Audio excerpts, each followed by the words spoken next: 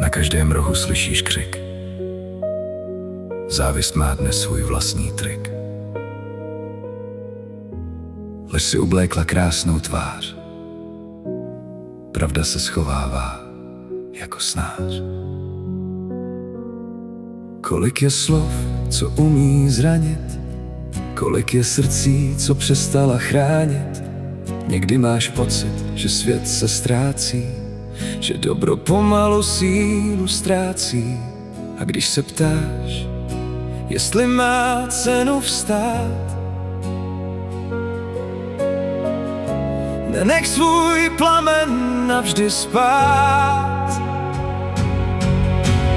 Nezoufej, když svět je zlý, i v tmě se rodí nový den.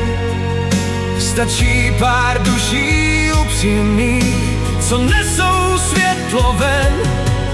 Drž se těch, co čisté srdce mají, co nelžou, když se dívají.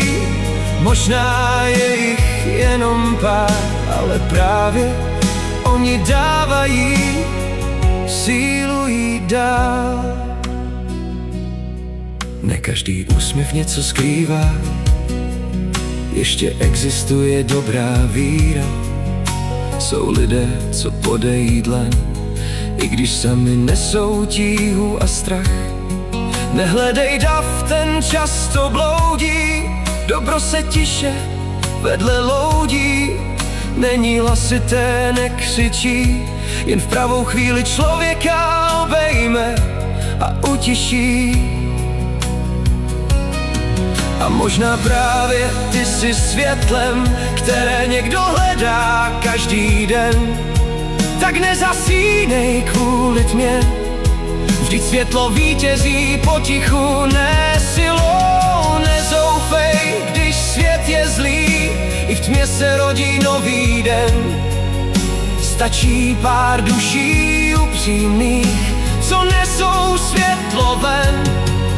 Drž se těch, co čisté srdce mají, co lásku nikdy neprodají. Dokud je na světě jediný z nich, naděje nikdy neumírá.